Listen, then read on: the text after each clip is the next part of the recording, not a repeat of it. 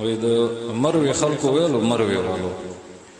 چې ابن مبارک چې زمون کلی تراشي زمون کله ډولې ښکاری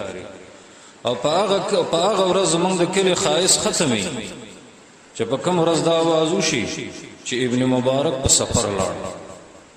امام شوکانی خپل مفسر د قران هغه په فتح القدیر کې لیکلي دي الله رب العالمین فرمایي انا جعلنا ما على الارض زینة لها چې د زمکه د پاسه شیان د زمکه خایس ته نو پدې کې یو قول دا دی چې هر عالم د خپل کلی خایس ته او هر محدث ابن مبارک او داغه امثال تر قیامت پورې دا د کلی ګلونه دي بلکې د ډیرو سلف نه دا خبره نقل ده چې علماء ته نجوم ویل کېږي نجوم استوري ځکه د اسمان شین اسمان په ستورو خسته ښکاری او خړه زمکه لکه څنګه چې په ګلونو او په باغونو او په دریابونو او په غرونو خسته ښکاری نو د زمکه یو خاص عالمان دي او دا ښکاره خبره ده تابم لیدلی او مام لیدلی دي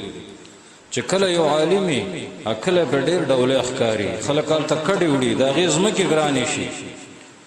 او چې کله هغه مړ شي نو په هغه د ملک په خاص داسې خزان راشي لکه سړی د پسرلی نه وروسته بیرته خزان رال د سړي زړه نه کېږي چې هغه ځای ته ورشي